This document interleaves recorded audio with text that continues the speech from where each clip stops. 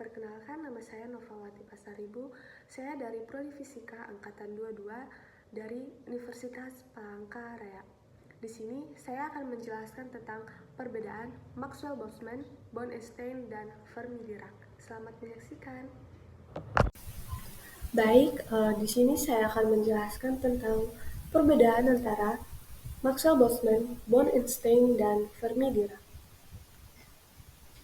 Di mana tujuan utama mekanika statistik ini untuk memahami distribusi energi di antara partikel-partikel di dalam suatu sistem, yaitu untuk menjelaskan sifat-sifat makroskopis materi.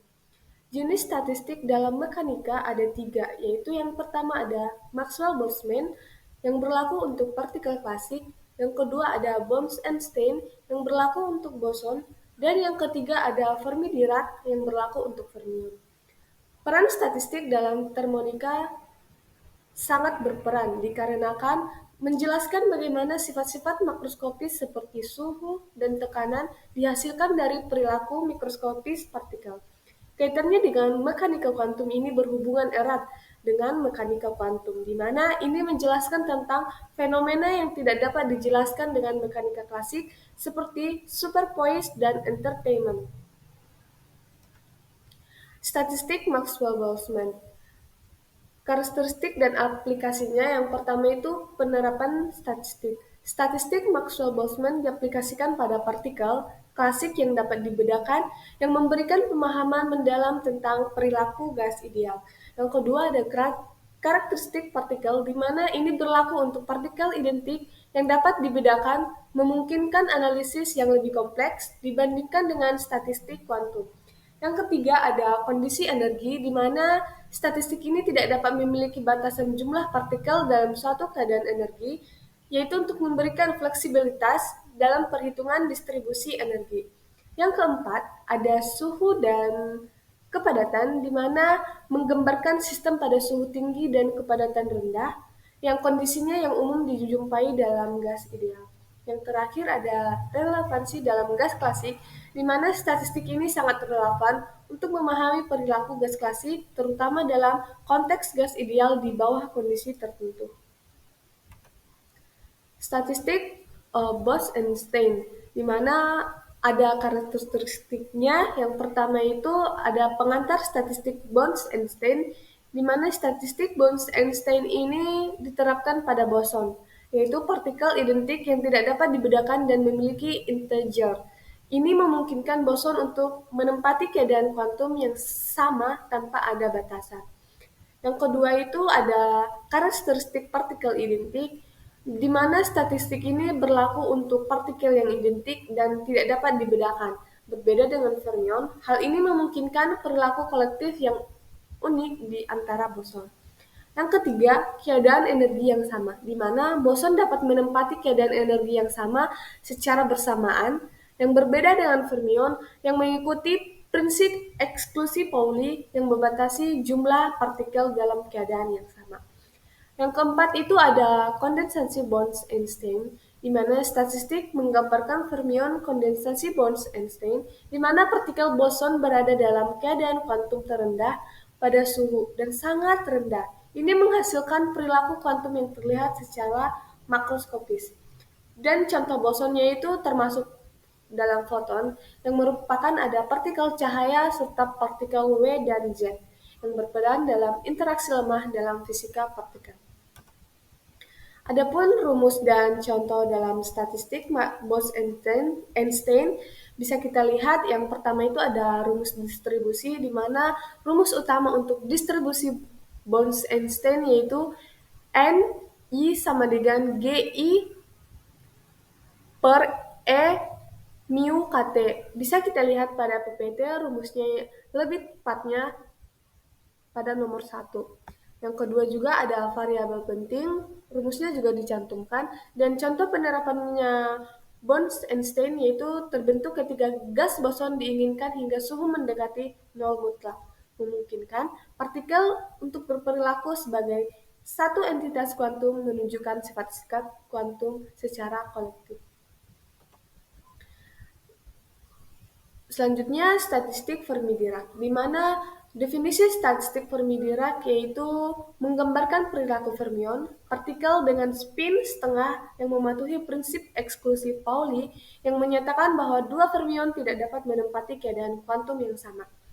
Karakteristiknya yaitu statistik ini berlaku untuk partikel identik yang tidak dapat dibedakan satu sama lain, yang merupakan kunci dalam menjelaskan fenomena fisika pada tingkat mikroskopis. Prinsipnya yaitu hanya satu fermion yang dapat menempati keadaan energi yang sama yang mengarah pada struktur elektron dalam atom dan menentukan sifat materialnya. Aplikasinya dalam material yaitu statistik Fermi-Dirac menjelaskan tentang sifat elektron dalam logam dan semikonduktor berperan penting dalam teknologi elektronik modern.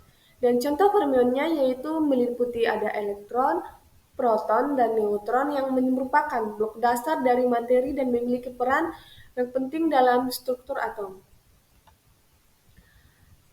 Adapun rumus dan contoh statistik Fermi-Dirac bisa dilihat dalam PPT, yaitu ada rumus distribusi Fermi-Dirac dan ada makna simbolnya. Dan contoh aplikasinya itu digunakan untuk menghitung distribusi energi elektron dalam logam pada suhu rendah. Misalnya ada logam, elektron mengikuti pola distribusi logam tersebut yang dipengaruhi oleh suhu dan energi. Dan ini merupakan perbandingan statistik Maxwell-Boltzmann, Bose-Einstein, dan Fermi-Dirac, di mana perbedaan ini dalam jenis partikel dan sifat kuantumnya. Yang pertama bisa kita lihat statistik Maxwell-Boltzmann, partikelnya dapat dibedakan, sifat utamanya tidak ada batasan pada okupansi keadaan energi. Statistik Bose-Einstein, partikelnya tidak dapat dibedakan, sifatnya boson dapat menempati keadaan yang sama. Yang ketiga, statistik Fermi-Dirac, partikelnya juga tidak dapat dibedakan, di mana sifat utama yaitu fermion tidak dapat menempati keadaan yang sama. Teknologi semikonduktor ini merupakan aplikasi statistik kuantum dalam skenario dunia nyata. Bisa kita lihat yang pertama tadi saya sudah bilang yaitu teknologi semikonduktor, di mana teknologi ini memanfaatkan statistik Fermi-Dirac untuk mendesain perangkat semikonduktor yang penting dalam pengembang komputer dan perangkat elektronik. Yang kedua adalah laser dan LED, di mana ini untuk menggunakan statistik Bose-Einstein untuk mengetahui atau memahami operasi laser dan LED yang merupakan dasar bagi banyak aplikasi optik dan elektronik modern. Yang ketiga ada astrofisika, di mana statistik ini menjelaskan sifat bintang neutron dan pada benda lainnya, memberikan wawasan penting tentang struktur dan evolusi alam semesta.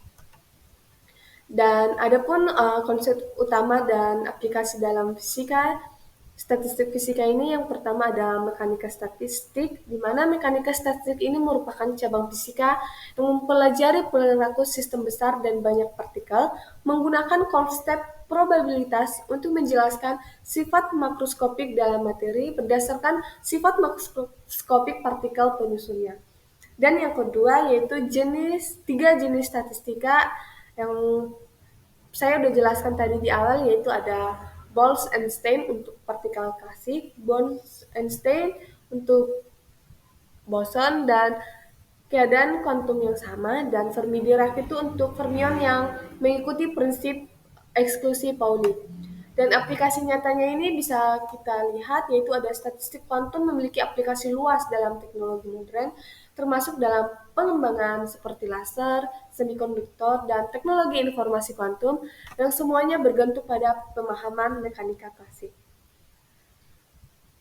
Oke, sekian presentasi atau video saya tentang menjelaskan perbedaan antara statistik Maxwell-Boltzmann, Bose-Einstein, dan Fermi-Dirac.